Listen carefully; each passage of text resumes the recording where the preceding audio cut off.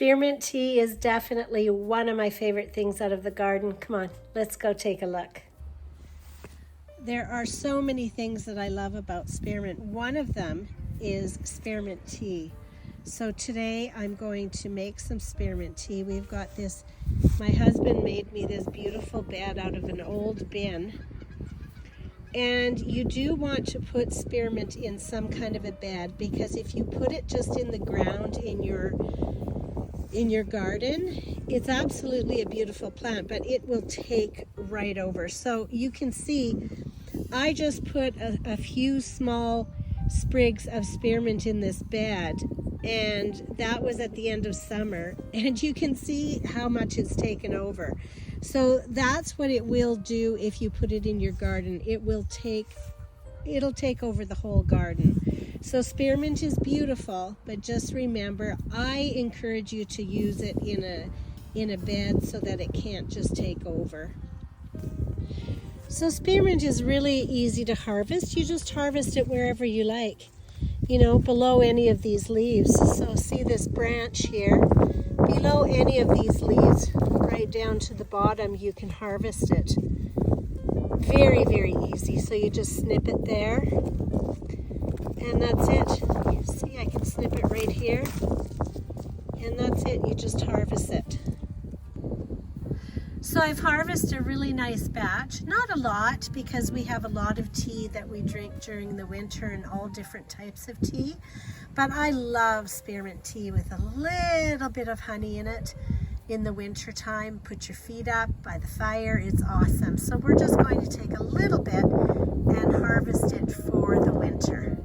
So I'm going to take the spearmint, and I like to keep the stalks as well as the leaves, and I'm just going to put it in a bowl and fill the bowl with just room temperature water. Fill it right over the top.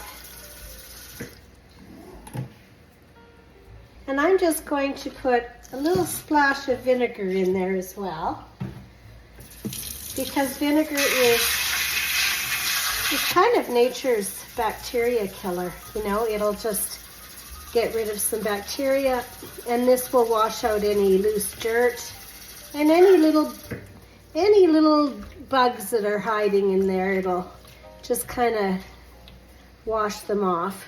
And I'm going to let that sit there for about half an hour.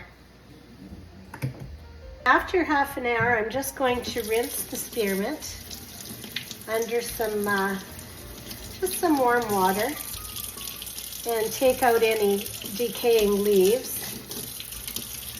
Just rinse it and put it in a colander with holes in it to drain the water.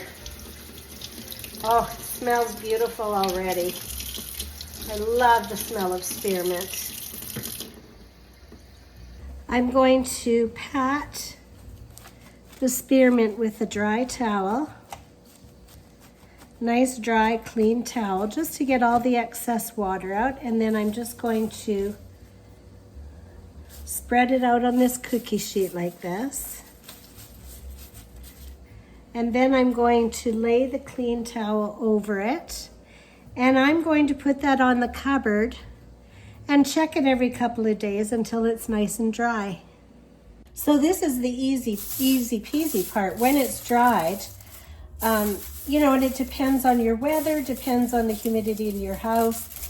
Usually a few weeks it'll be completely dried, but just make sure it's completely dried, because you don't want to put it into a jar with any moisture, because then it'll get moldy. So this is the easy part. You just take a jar. I just have a little funnel so I don't make a mess. Put all your spearmint in this jar, and you can crush it up if you want. It's just going to go into tea anyway. And you're going to fill your jar with nice spearmint for spearmint tea. So I highly recommend growing spearmint for tea. It's wonderful, and you have a great day.